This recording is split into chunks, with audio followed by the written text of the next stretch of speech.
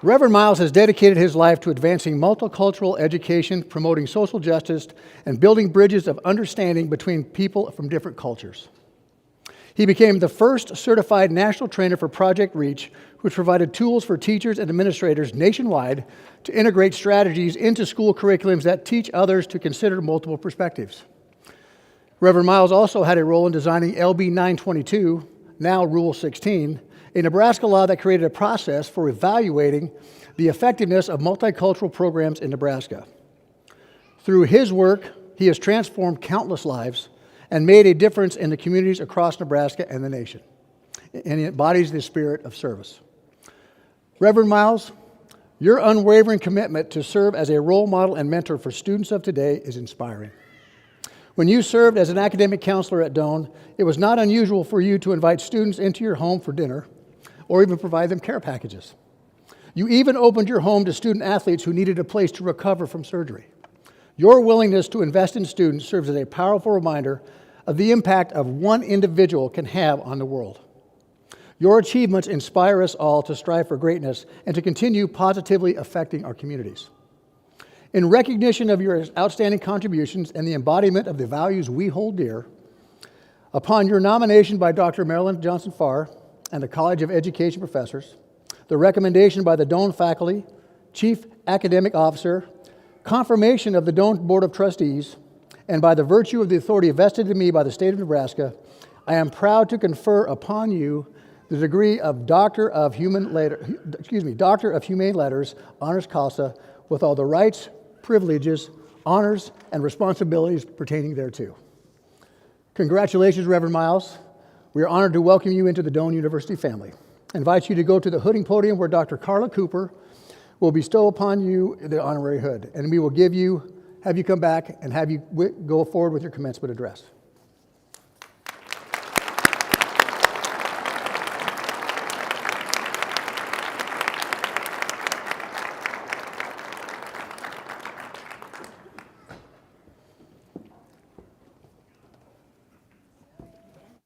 Congratulations.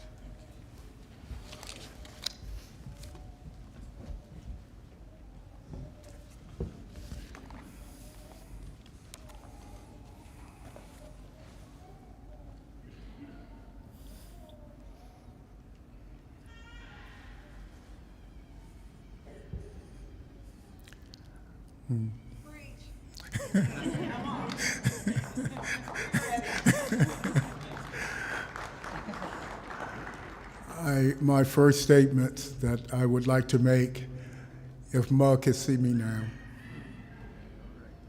If Ma could see me now. I'm certainly honored, privileged to receive this degree. I have a speech here. I don't know how much of it I can give. I thought about when I stepped upon this platform, knowing that one of the first things that normally come out of our mouths on tomorrow would say something to the effect that this is the day. This is the day. And those on Sunday morning can finish that. But I would say to the graduates that this is the day that has been made for you.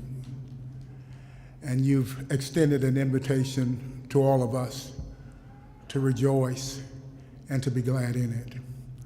I am pleased to be here to help you celebrate. President Hughes, thank you so much for the invitation.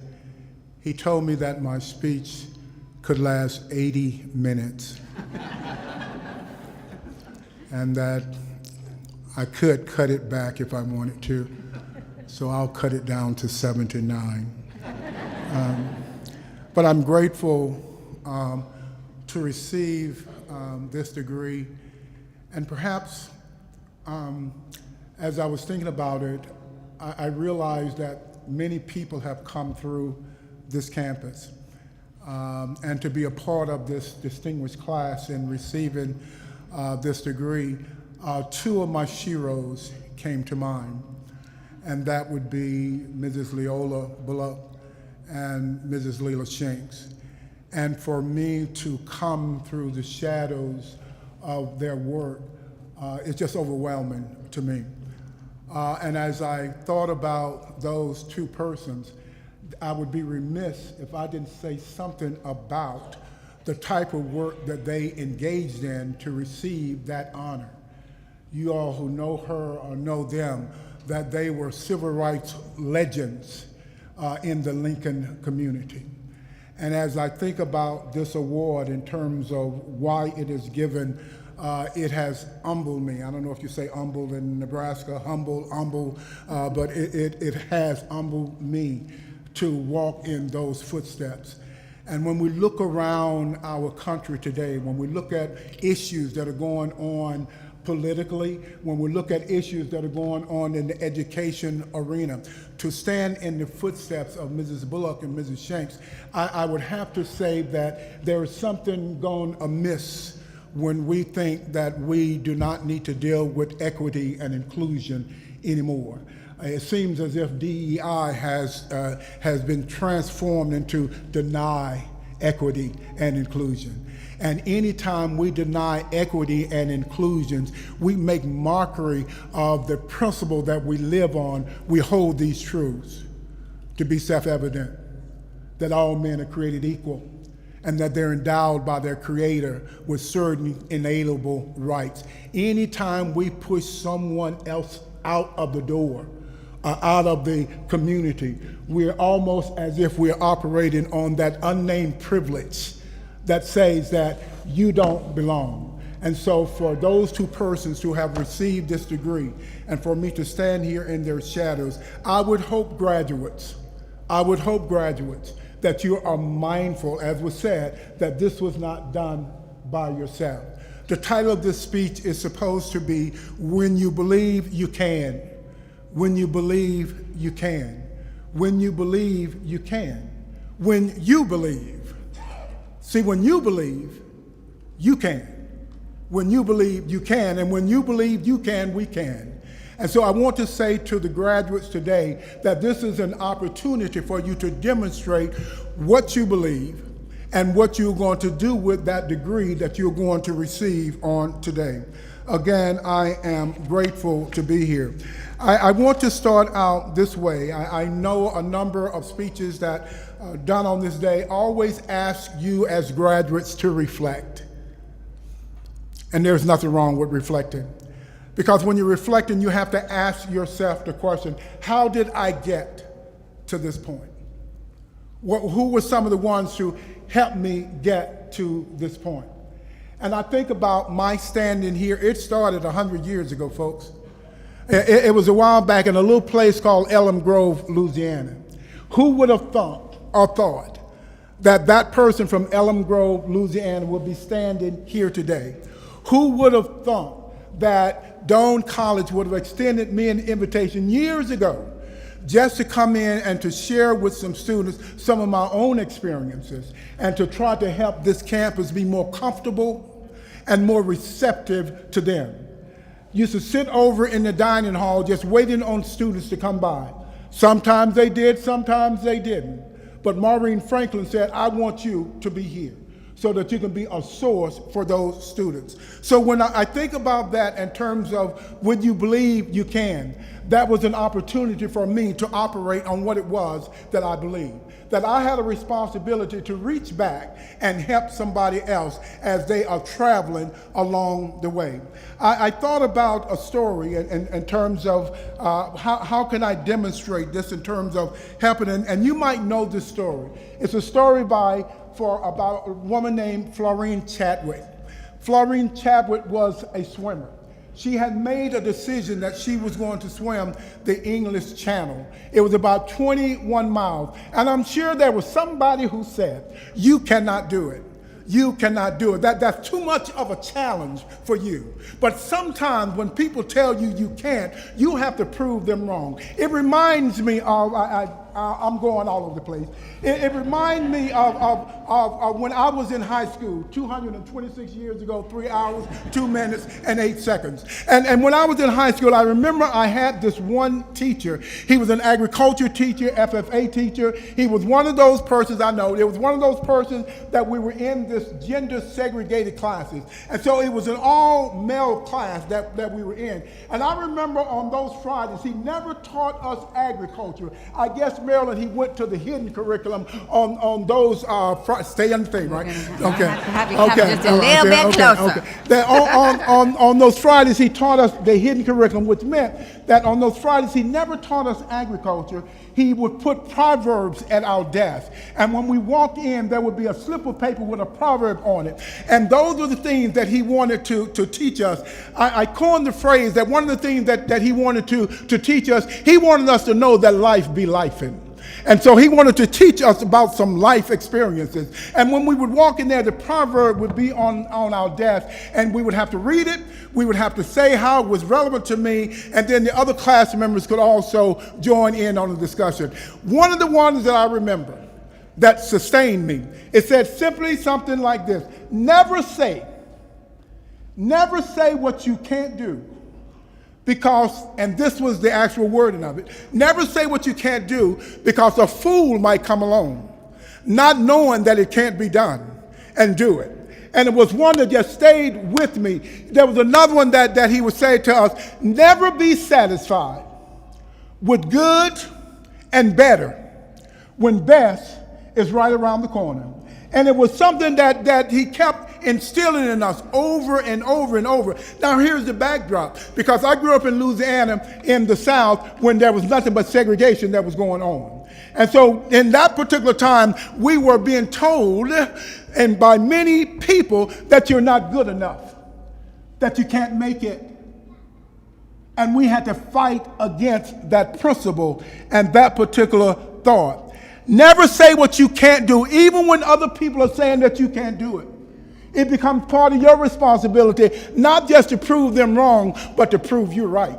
And so we had to understand that there was some hard work. We were never allowed just to be average. Never allowed. We were told that you had to be better. Back to the story. I know my time is running out. And so Florence was swimming the English Channel 21 miles. She's in the boat, in the water, she's swimming, and she's getting there, and on this particular morning, there was fog all over the place. But she was swimming in the midst of the fog. And she was getting closer and closer. She had people in the boat that was encouraging her. But at this particular instance, something said to her, this is too much. It cannot be done. And the story goes that she asked her trainer and her mother to get her out of the water. And she got out of the water. She regretted it. And they asked her the question, why did you get out? Why did you give up, so to speak? She said, I couldn't see the shore. I couldn't see the bank. The story goes about 2 months later, she decided to pick up the challenge again. Same fog, same scenario, but this time she made it. They asked her the question again, how did you do it? She said, in spite of the fog, I could see the end. I could see the end. So graduates, I am assuming that as you have pursued your degree, that there were some fog times.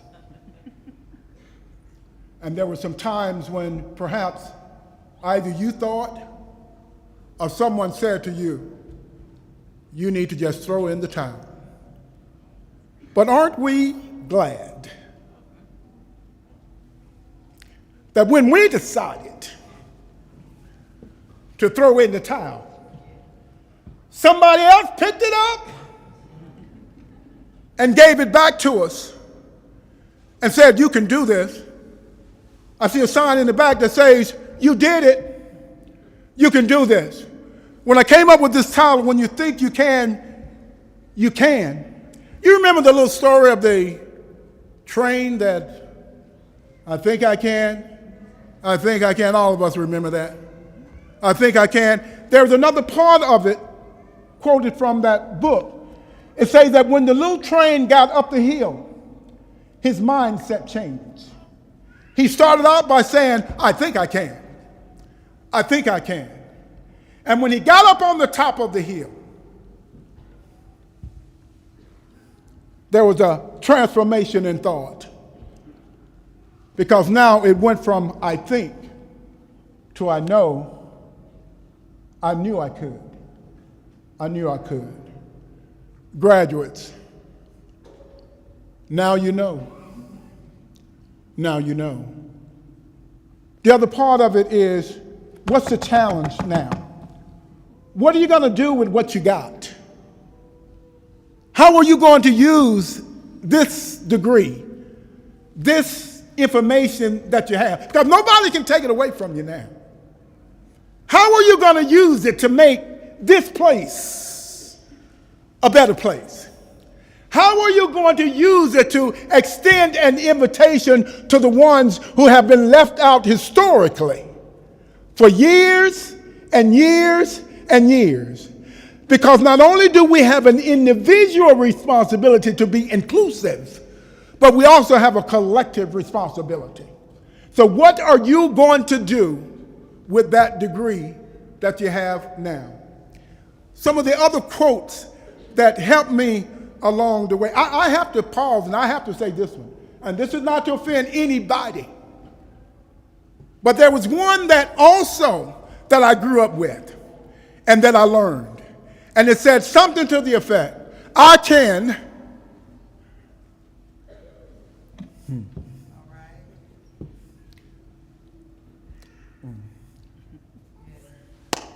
I can do all things.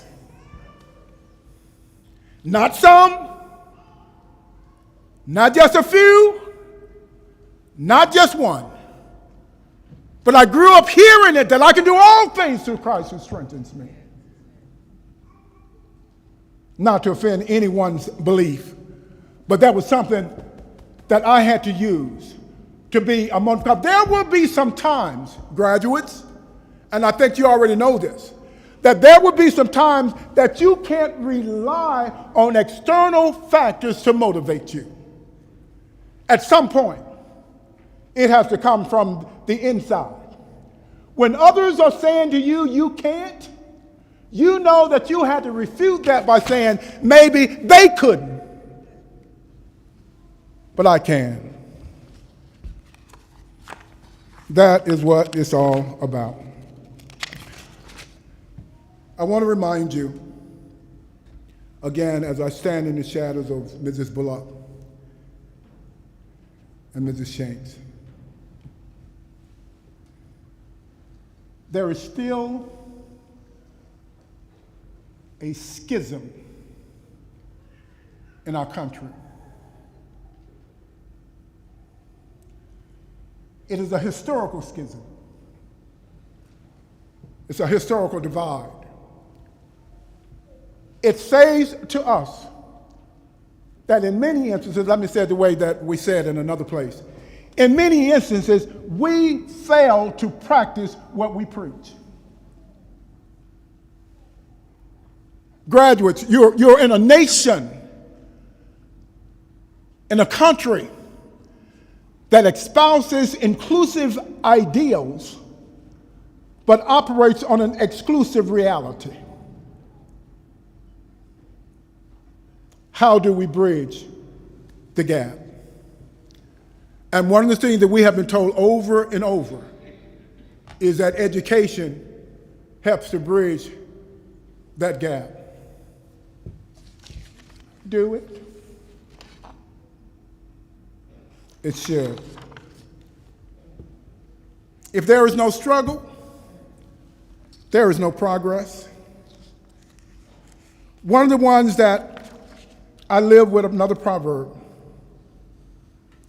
said something to the effect, Ralph Waldo Emerson, said something to the effect that the reward of something well done is to have done it. So whether you get a tangible piece of paper or not, I know you want it. You earned it, you deserve it. But the reward of something well done, done well, is to have done it. This is your day. The day that you have made. The day that you extended an invitation to all of us to be a part of your joyous celebration. My prayer for you, my prayer for you is that this will only be one day of many days that you will be blessed accordingly. But graduates, you have some work to do. This is not the time to stop, and I know you aren't. This is your beginning. I would hope that as you leave this place today with your degrees in hand, that the other part of it is, I plan on being my sister's keeper. As they do it unto the least of these, they do it unto me. And I'm going to take responsibility and help the least of these. Sometimes our problem is that it's the good people's silence that can be equally as damaging as the bad people's behavior. We want to be one of the good ones.